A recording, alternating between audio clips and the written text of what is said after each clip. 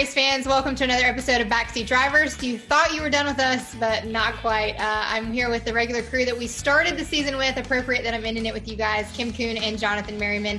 We're going to break down all 16 drivers that made the NASCAR playoffs.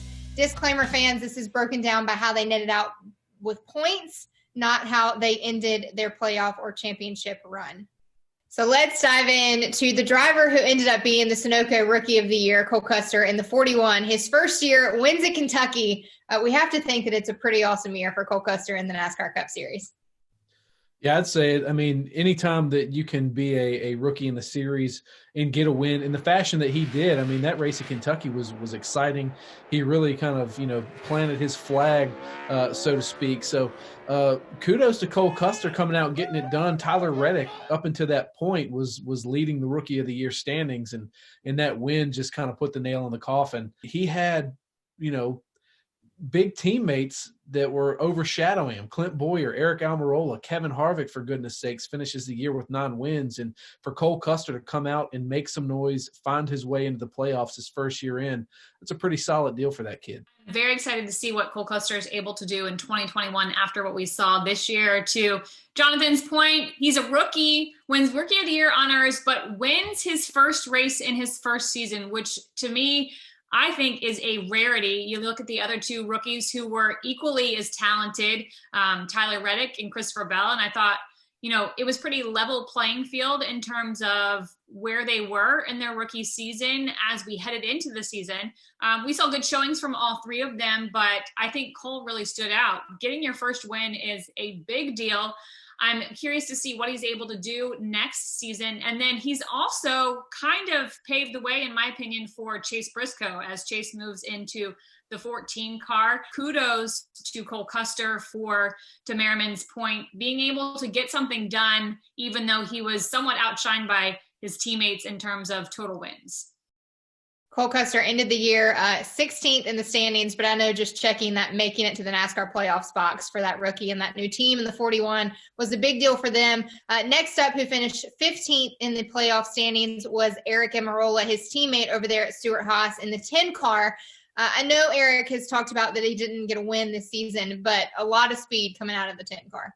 Yeah, you look at the numbers. He had 6 top 5s, 18 top 10s. Those numbers are pretty solid and better than, just about half of the guys that are in the playoff field. The only one that wasn't was the 0 in the win column, but 305 laps led. He's won 2 stages. Again, he's in the same boat as Cole Custer. When you're at Stewart-Haas Racing, you're going to be compared to Kevin Harvick, who had 9 wins. Erik had a consistent season, in my opinion, but not necessarily anything to write home about because he didn't get to victory lane. And we saw his teammates, Kevin Harvick, as well as Cole Custer, get to take home checkered flags this season. Yes, in 2019, we saw him get a win, but it was at a super speedway. And I think next season is going to be crucial for Erik, especially after not getting a win this season. I think it sets himself up for what does the future hold? Because if he can't get a win next season, that's 2 years without a win. And then you're really asking yourself, yeah, we're seeing consistency, but what type of driver is this? Is this a potentially title winning driver? Yeah, Erik Amarola will be one of the old guys at Stewart-Haas now. He'll be leading the way for Chase Briscoe and Cole Custer alongside of Kevin Harvick. All right, rounding up, let's keep going to number 14 on the list of the playoff drivers standings at the end of 2020 is the 24 of William Byron. Gets his first win this year. Really big year for him. The last season that we'll see check now is the top of the pit box. He's moving into a new role at Hendrick Motorsports, but a lot to look forward to for Willie B and the 24. Absolutely. I think, obviously the goal is to make the playoffs, and the goal ultimately is to win a championship. But for a guy like William Byron, that's kind of cart before the horse. We know he's capable of making the playoffs, but the big thing was you needed to see that kid get a win. He did it late in the year, right before the playoffs start. He did it at Daytona. All in all, he's put together. He's got Rudy Fugle on the box next year. They've worked together. Rudy, I think, was an absolute steal for Hendrick to get him away from Kyle Busch Motorsports. So William Byron's stock is definitely going up. William Byron had one of the seasons that stands out to me, and that's because he finally got that first Cup Series win. The monkey's off his back, which hopefully opens the door for maybe multiple wins in a single season as we head into next year. I think the one thing he's probably going to have to overcome, though, is getting locked into that group of people where you get your first win at a super speedway, And then people question, well, can he get it done at a short track? Can he get it done at 1.5 miles? Yes, he's been fast at those racetracks, but you've seen it with Ricky Stenhouse Jr. I just mentioned Erik Amarola is one of those guys. Yes, when you're winning at the super speedways, you somehow end up casting doubt in people's minds on your ability at other racetracks. So I think overcoming that is going to be a key in 2021 for him. And then I am just excited to see him back with Rudy Fugle.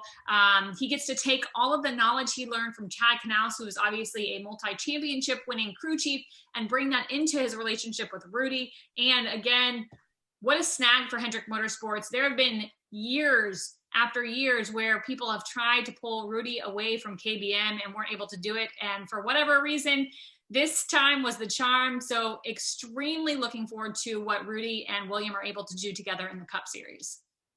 Yeah, a bright future for 2021, especially for the 24 car at Hendrick Motorsports. Young organization as a whole, but now you have one of the young drivers and upcoming drivers with William Byron paired with a crew chief that he's had success with before.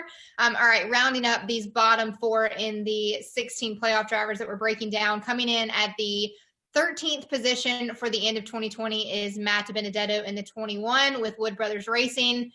If he wasn't maybe the fan favorite behind Chase Elliott this year, I don't know who else was. Yeah, he really made a push there at the end as well. Had a couple of races that it looked like that they might pull off the win and get the Wood Brothers their 100th win. Obviously would have been DiBenedetto's first win in the Cup Series. One stat that sticks out to me, he only had 1 DNF all year long. And his top 5s weren't that impressive with just 3. Had 11 top 10 finishes. I think that kind of built towards the end of the year. But I think the big thing with Matt DiBenedetto is looking past 2020 and looking to 2021. His future was a little bit up in the air. They finally inked that deal. He's got the 2021 ride with the Wood Brothers. So, I think a little bit of consistency in his career will, yield a big reward next year. I'm on a different thought pattern than Jonathan in that, yes, he got the contract extension and that should be kind of a little bit of peace of mind, but it was only for a year. And so he's going to spend each week next year thinking that it's an audition weekend, and not to say that that won't help his performance, but it certainly is going to be in the back of his mind, could actually work the opposite effect and make him nervous and feeling pressure, and then he can't perform. I am interested to see what he's able to do. Yes, he had a good number of top 5s and top 10s this season, but I was a little disappointed we didn't see him in victory lane, nor did he take home any stage wins. So I think when you're looking at those 2 zeros in the win and stage win column, that kind of hurts his rating for 2020. But man, oh man, what a fan favorite. He did get into the playoffs. That is a big deal. And I think regardless of his performance this season or what he's able to do next season, he's going to be a fan favorite for a very long time. Guys, keep it locked and loaded to NASCAR.com as we continue to break down the 16 top drivers in the 2020 NASCAR Cup Series.